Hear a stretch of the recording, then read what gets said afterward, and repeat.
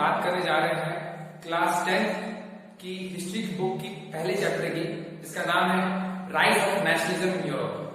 तो इस सीरीज पहले शुरू करने से पहले मैं आपको बता दूं कि हम पूरा एनसीईआरटी बेस्ड कॉन्टेक्स्ट रखा हमने इस वीडियो में। तो अब हम अपनी जर्नी की बात करते हैं कि हम अपनी जर्नी कैसे शुरू करेंगे। तो हमारी जर्नी में जो सबसे पहले बात है कि चैप्टर है हमारा rise of nationalism in Europe, और इस चैप्टर को हम कवर करेंगे कुल 7 स्टेप्स में। तो ये 7 स्टेप्स कुल 7 वीडियोस में कवर होंगे। सबसे पहली बात है हमारे इंट्रोडक्शन की, जो कि ये लेक्चर है जिसमें इंट्रोड्यूस कर रहा हूं मैं इस चैप्टर को आपको। सबसे दूसरा है French revolution and the idea of nation. दूसरा टॉपिक हमारा इस चैप्टर का making of nationalism in Europe, age of revolutions, जो कि 1830 से 1848 के बीच में जितनी भी क्रांति हुई फ्रांस और यूरोप, पूरे यूरोप में, उसकी बात करेंगे हम इस टॉपिक के अंदर। Making of Germany and Italy, Germany और इटली का फॉर्मेशन कैसे हुआ वो इस वीडियो इस लेक्चर में बात करेंगे। विजुअलाइजिंग द नेशन, नेशन को कैसे विजुअलाइज किया गया वो इस टॉपिक में हम कवर करेंगे। और लास्ट हमारा टॉपिक होता है नेशनलिज्म एंड इंपेरियलिज्म। तो हर एक टॉपिक पे आपको अलग वीडियो मिलेगा। तो चलिए अब इंट्रोडक्शन की बात करते हैं चैप्टर की। तो इंट्रोडक्शन के लिए सबसे पहली बात जो आती है हमारे पास, ये पेंटिंग। आपके एनसीईआरटी बुक की जो पहला पेज है इस चैप्टर का, उसमें आपको एक पेंटिंग दिखेगी। ये पेंटिंग जो है 1848 में बनाया था फ्रेडरिक सरियो ने। फ्रेडरिक सरियो एक फ्रेंच आर्टिस्ट है जिन्होंने इस पेंटिंग का निर्माण किया था। तो इस पेंटिंग का नाम जो ध्यान से देखिएगा, इस पेंटिंग का नाम क्या है। ये पेंटिंग बोलती है the dream of world wide democratic and social republics, the pact between nations.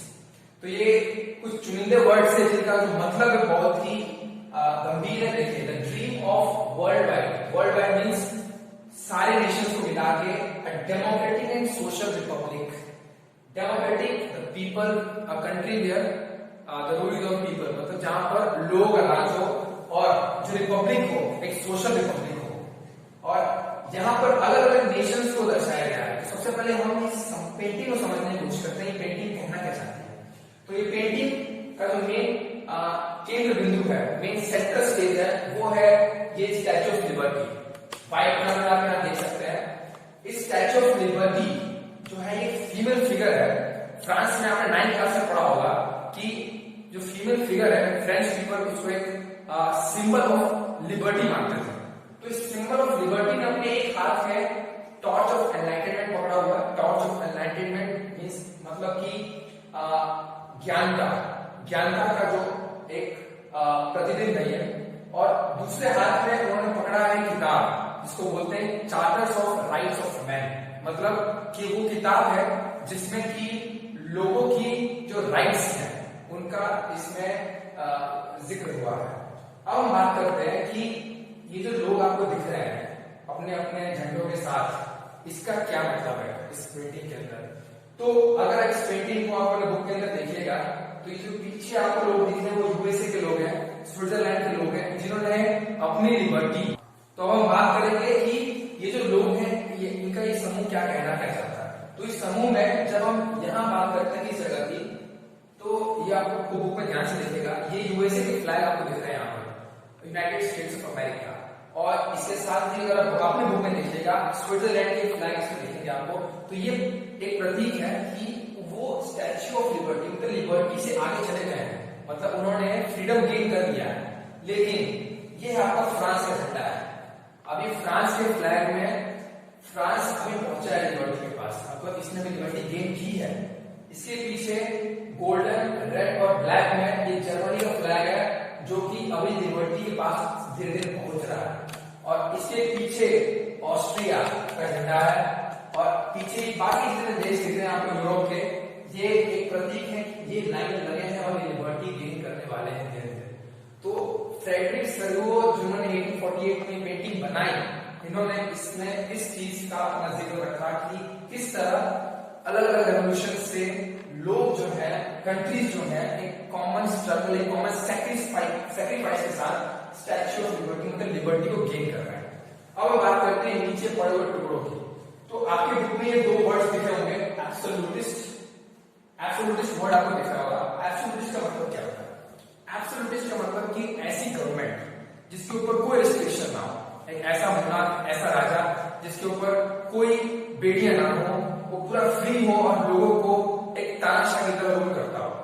तो ये एक उसका प्रतीक है कि जितने भी एब्सोल्यूटिस्ट इंस्टीट्यूशंस थे उनको इन रेवोल्यूशंस ने खत्म कर दिया और वो यहाँ बिखरे पड़े हैं। तो ये एक इमेजिनेशन है इस पेंटर की, और इस पेंटर ने यहाँ पर बड़े सुंदर तरीके से जो वर्ड है फ्रेटर्निटी को फ्रेंच में यहाँ लिखा है। अगर हम फ्रेटर्निटी वर्ड को देखें तो यहाँ पर वर्ड है FRATERNITY।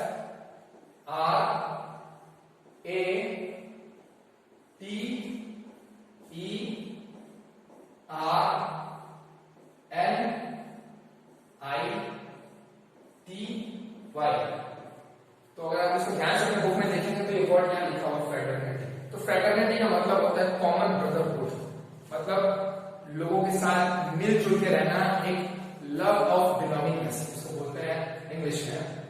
तो यहाँ पर ये जितने भी कंट्रीज के लोग हैं उनके अलग अलग गॉड्स दिखाए गए यहाँ पर, उनके भगवान यहाँ पर दिख रहे हैं आपको, जो एक प्रतीक है इनकी सॉलिडेरिटी का, इनकी एकजुट होने का एक प्रतीक है यहाँ पर। तो अब हम बात करते हैं कि ये एक यूटोपियन विजन है। अभी यूटोपियन वर्ड आपके बुक में दिया होगा, यूटोपियन का मतलब क्या होता है? यूटोपियन मतलब एक ऐसा व्यू, एक ऐसी सोच जिसमें हर एक चीज पॉजिटिव हो। उसको रियलिटी में, प्रैक्टिकलिटी में इमेजिन करना बहुत डिफिकल्ट है, लेकिन सोच में इमेजिन करने में कोई गलती नहीं है। तो फ्रेडरिक सल्वो ने एक यूटोपियन व्यू लिया डेमोक्रेसी का, एक यूटोपियन व्यू लिया यूरोप का, कि हाँ यूरोप में हर जगह रेवोल्यूशन है, हर जगह फ्रीडम है, हर जगह एब्सोल्यूटिस्ट इंस्टीट्यूशंस बिखर चुके हैं। तो ये एक फ्रेडरिक सल्वो का यूटोपियन विजन है। आपको आपके नॉलेज के लिए बता दो, यूटोपियन का जो अपोजिट होता है, जो अपोजिट मतलब इस वर्ड का उल्टा जो इंग्लिश में बोलते हैं वो होता है डायस्टोपियन, DYSTOPIAN।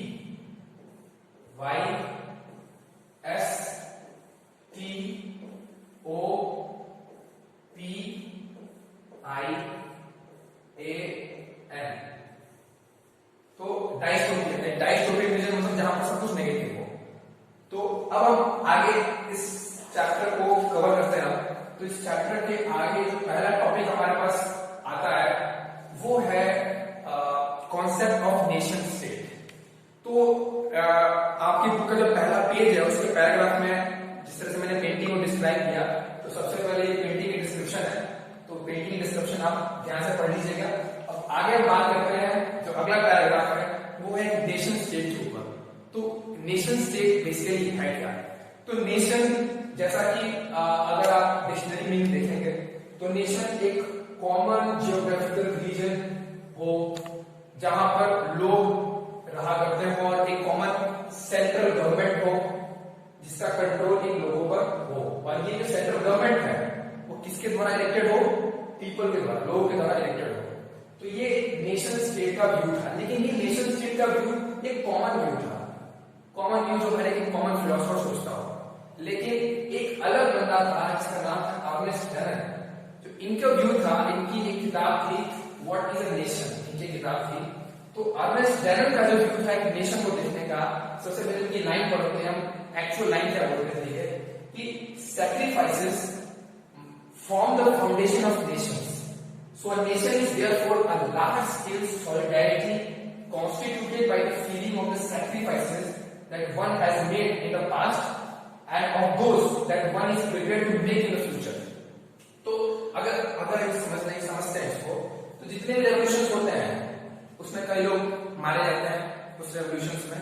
जैसे इंडिया की फ्रीडम स्ट्रगल की बात करें तो सबसे पहले भगत सिंह का नाम आता है।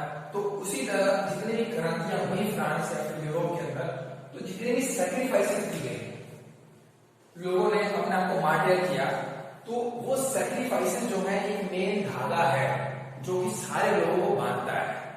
तो अर्नेस्ट डनन का मानना ये था कि apart from this meaning of nation, इस डेफिनेशन के अलावा जो अलग डेफिनेशन हो सकता है वो है सैक्रिफाइसेस। और ये सैक्रिफाइसेस एक बंधन, एक सॉलिडेरिटी का काम करती है जो कि हमने पास्ट में किया और आगे आने वाले जनरेशन वो भी तैयार रहे कोई भी सैक्रिफाइस करने के लिए। तो ये हमारा मेन मकसद रहा अर्नेस्ट हेरन का, जिन्होंने अपना व्यू दिया नेशन का। तो सबसे पहले आपकी बुक में एक और बात दी गई होगी प्लेबिससिट की। तो अर्नेस्ट हेरन का एक व्यू तो ये रहा कि सैक्रिफाइसेस होने चाहिए।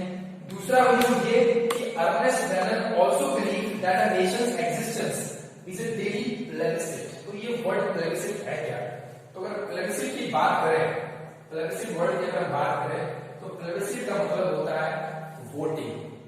वोटिंग जिसमें कि लोगों को एक हक हो अपनी बात रखने के लिए, और लोगों का हक हो कि वो एक अलग सरकार, एक अलग जो सरकार को चाहते हैं वो इलेक्ट कर सके।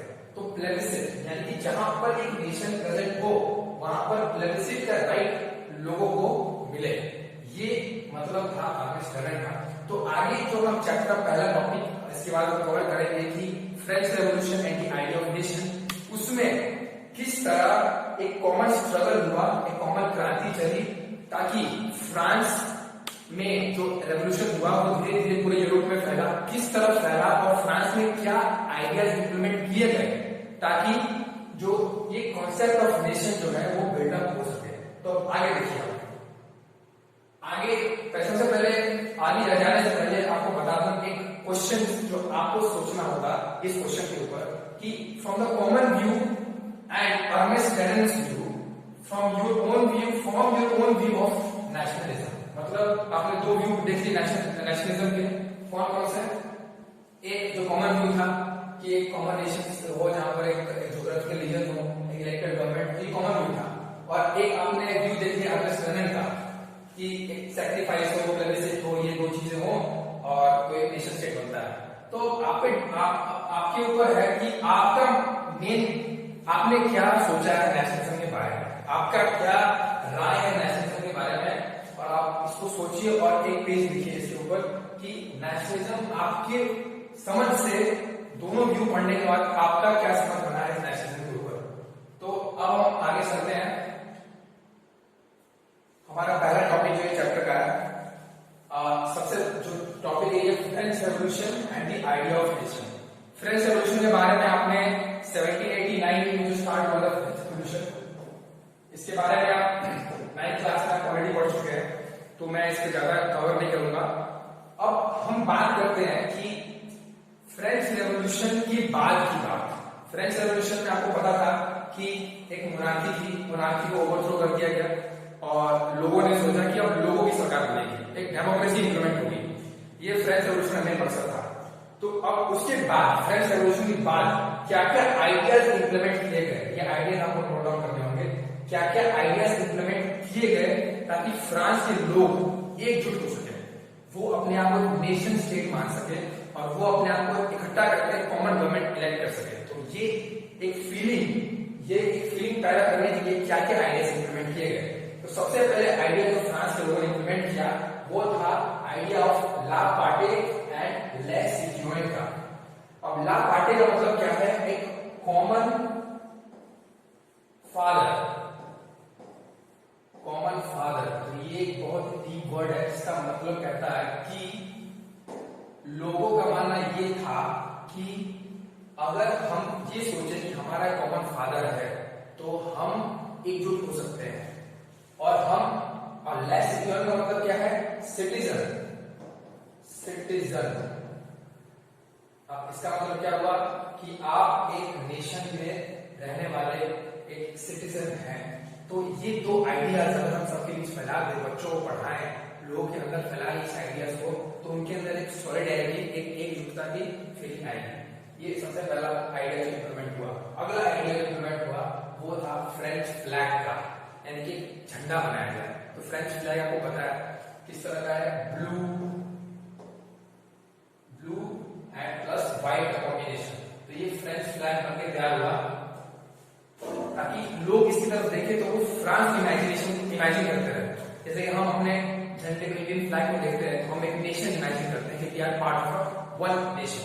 अगला आपको पता होगा एस्टेट जनरल, आपने पढ़ा होगा एस्टेट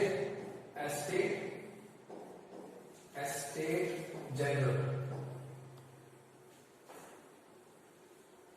तो आपने ये असेंबली का नाम पढ़ा होगा कि फ्रेंच रेवोल्यूशन के बाद जो एक एस्टेट एक जनरल नाम की असेंबली काउंसिल बनाई गई थी फ्रांस के अंदर, तो उसका नाम फ्रेंच रेवोल्यूशन के बाद क्या रख दिया, नेशनल असेंबली, ताकि अब देखिए वर्ड आ रहा है और नेशनल, तो जहां जहां ऐसे वर्ड इस्तेमाल करें ताकि लोग जो है उनको एक एकजुटता की फीलिंग आए, तो वो पूरी कोशिश थी फ्रेंच के लोगों की।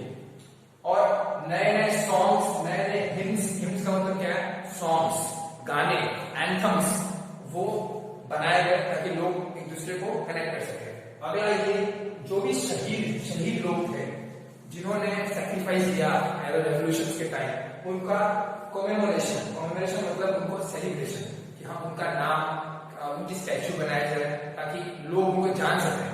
तो सैक्रिफाइस वाली बात आ गई, सैक्रिफाइस इसको अर्नेस्ट रजन ने कहा था। तो सैक्रिफाइस की जो बात है, सैक्रिफाइस वाली बात यहाँ आ गई, तो ये भी एक एलिमेंट है हमारे नेशनलिज्म का।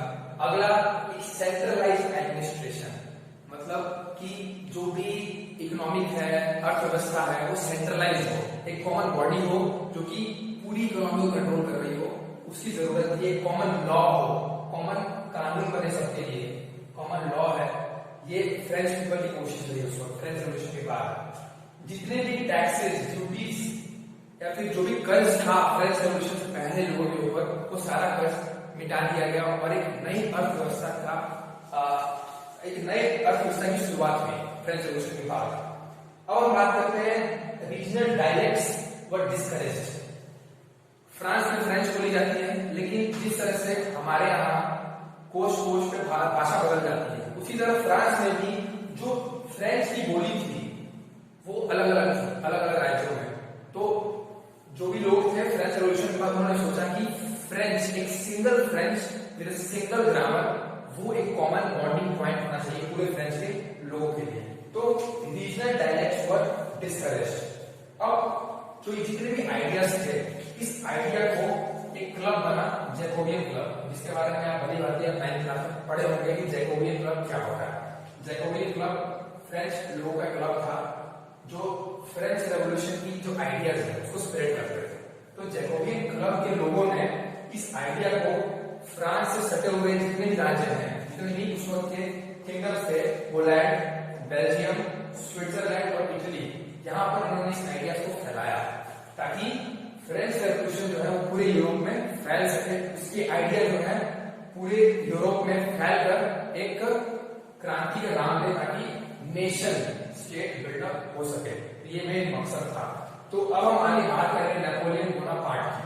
तो ये देखिए कांग्रेस ऑफ वियना, तो जो मैं आपको बात बता रहा था, ये है फ्रांस और इससे सटे हुए जितने भी राज्य हैं, जैसे ये है बेल्जियम और इसके साथ किंगडम ऑफ सार्डोनिया ये रहा, तो और इंग्लैंड, तो जितने भी सटे हुए राज्य थे फ्रांस से स्प्रेड होते हुए सारी आइडियाज बाकी पार्ट्स ऑफ यूरोप में फैलते गए।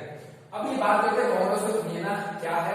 हालांकि आपकी किताब में इसकी ज्यादा डिस्क्रिप्शन नहीं है, लेकिन ये मैप के पीछे आपको मैं रीजन बताता हूँ। ये मैप 1815 में ये मैप बनाया गया। ये मैप 1815 के यूरोप की है। ये तो Congress of Vienna basically treaty of, एक अब आगे बात करते हैं ये कांग्रेस ऑफ वियना है क्या।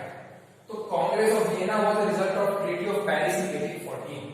तो कांग्रेस ऑफ वियना, जो कि वियना जो है ऑस्ट्रिया में है, ऑस्ट्रिया स्टेट के अंदर वियना आता है। तो जो वियना है वहां पर एक मीटिंग हुई ट्रीटी ऑफ पेरिस के बाद। अब ट्रीटी ऑफ पेरिस कब हुआ?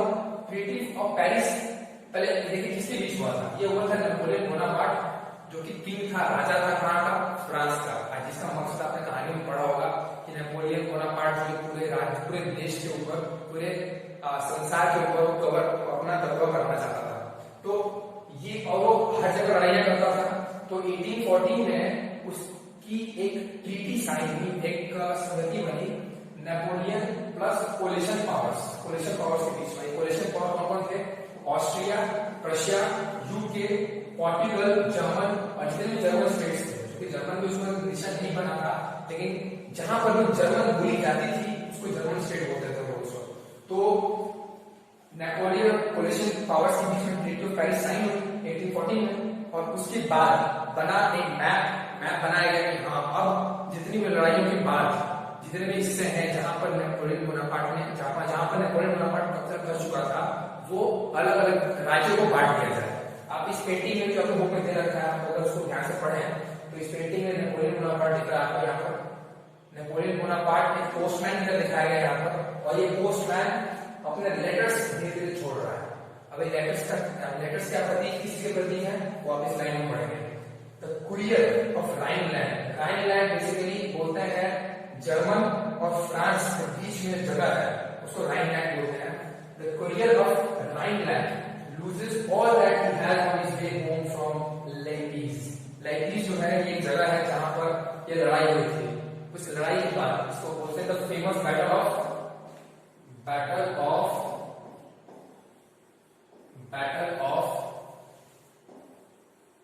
लेइपजिग।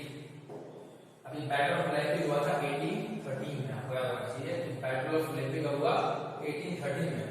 बैटल ऑफ लेइपजिग के बाद हुआ sign treaty of Paris sign हुआ, उसके बाद कांग्रेस ऑफ वियना हुआ। तो ये टाइम लाइन आपको याद होनी चाहिए। और ट्रीटी ऑफ पेरिस किसके बीच में हुआ, तो लाइन वगैरह चलते हैं। तो Napoleon here is represented as a postman on his way back to France after he lost the battle of Leipzig in 1813. Each letter dropping out of his bag bears the names of the territories he lost. मतलब कि जब वो हार गया 1813 में Napoleon, उसके बाद वो फ्रांस वापस जा रहा है और जाते जाते कौन कौन सी टेरिटरीज वो पीछे छोड़ते जा रहा है, वो ये लेटर उसके प्रतीक हैं। और ये जो टेरिटरीज हैं आगे जाके कांग्रेस ऑफ वियना में ये इनका एक मैप बन गया कि ये एक नया यूरोप है जो कि नेपोलियन बोनापार्ट के जाने के बाद बना। अब हम बात करते हैं कि नेपोलियन बोनापार्ट ने अपनी प्रेजेंस हर जगह शो की लड़ाइयां लेकर, लेकिन नेपोलियन बोनापार्ट की बहुत सारी पॉजिटिव चीजें थी।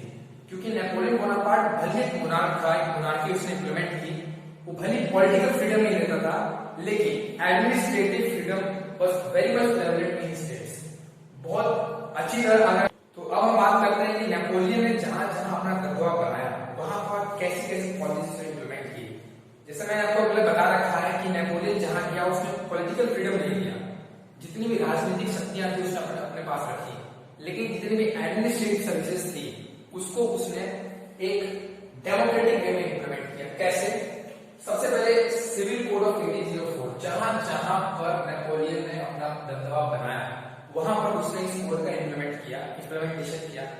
उसका नाम है सिविल कोड ऑफ 1804, जिसको एक फेमस नाम से बोलते हैं नेपोलियनिक कोड। ये आपको याद होना चाहिए। अब इस नेपोलियनिक कोड के अंदर क्या क्या आता है? इसके अंदर आता है कि no privileges based on birth, जन्म के आधार पर कोई भी सुविधा नहीं दी जाएगी लोगों को। सबसे पहली बात, राइट टू प्रॉपर्टी ग्रांटेड, पहले कोई भी राइट टू प्रॉपर्टी नहीं थी, मतलब लोगों के ऊपर अपने प्रॉपर्टी कोई हक ही नहीं था, लेकिन नेपोलियन ने वो हक किया। Right to equality before the law, कानून, एक कॉमन कानून बना जिससे सबका इक्वल अधिकार था।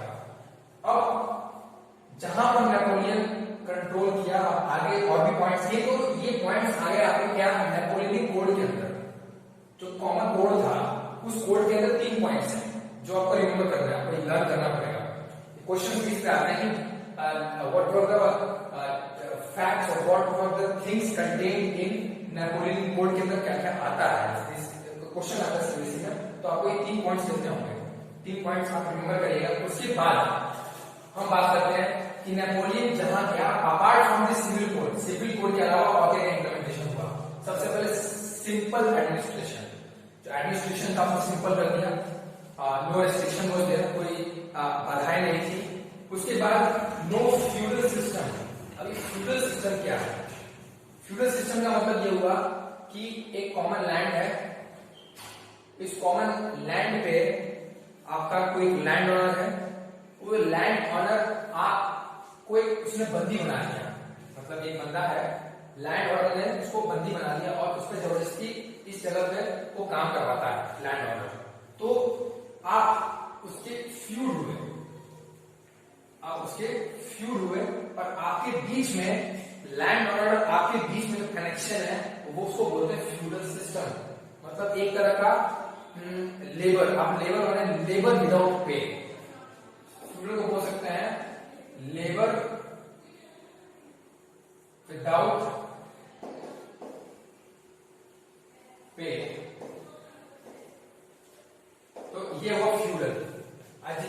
सॉफ्ट नॉर्म्स का मतलब यही हुआ कि अगर आप किसी जगह पर काम कर रहे हो, आपको पैसा नहीं दिया जा रहा है, तो वो एक फ्यूड हुआ।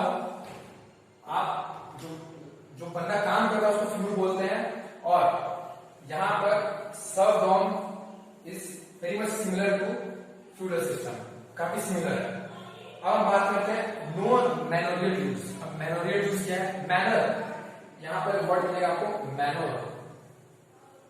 पहला तो फर्स्ट वर्ड को समझना मैनर्स क्या होता है। मैनर्स का मतलब कि लैंड, तो ये लैंड मतलब कि जितने भी जमीन के ऊपर कर्ज था लोगों का, उसको माफ कर दिया उसने, जहां पर नेपोलियन ने अपना दबदबा बनाया। गिल्ड रेस्ट्रिक्शंस वर रिमूव्ड। गिल्ड क्या होता है? गिल्ड मतलब कि ऑर्गेनाइजेशन, तो ये ऑर्गेनाइजेशन को हम लोग गिल्ड बोलते हैं।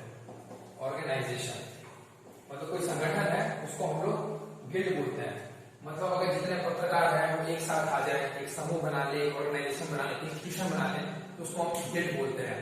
अगर कोई सारे टीचर्स, शिक्षक जो है एक साथ एकजुट होकर कोई ग्रुप बना ले, समूह बना ले, तो उसको हम गिल्ड बोल सकते हैं। तो पहले नेपोलियन से पहले इसकी रिस्ट्रिक्शन थी कि यहाँ गिल्ड नहीं बना सकते हैं, लेकिन नेपोलियन के आने के बाद गिल्ड रेस्ट्रिक्शंस वर रिमूव।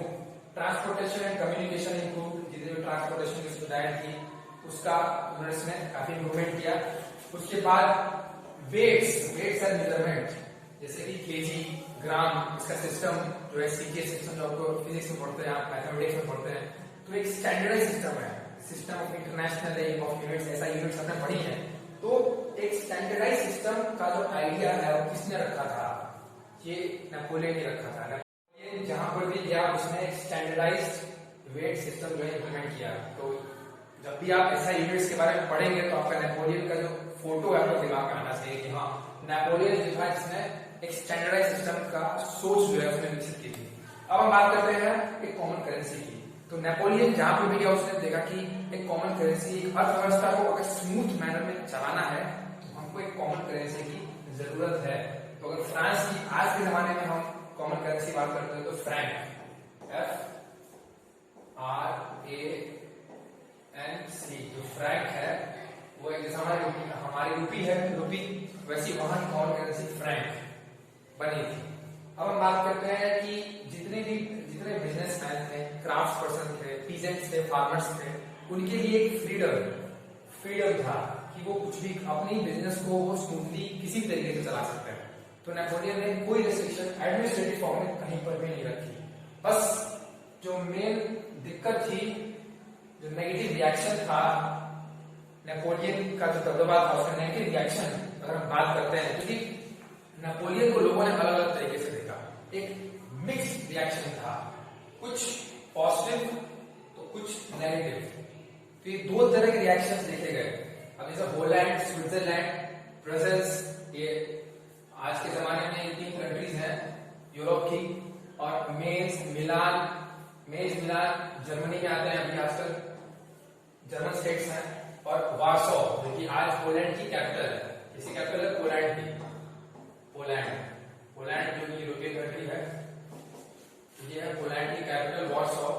तो उस टाइम पे अलग अलग स्टेट्स हुआ करती थी। तो जहां यहाँ पर पॉजिटिव रिएक्शन था नेपोलियन का दबदबा को, नेपोलियन जो भी एडमिनिस्ट्रेटिव फ्रीडम दिए उसका पॉजिटिव रिएक्शन था। लेकिन जैसा कि मैंने आपको शुरुआत में बताया कि पॉलिटिकल फ्रीडम नहीं दिया नेपोलियन ने।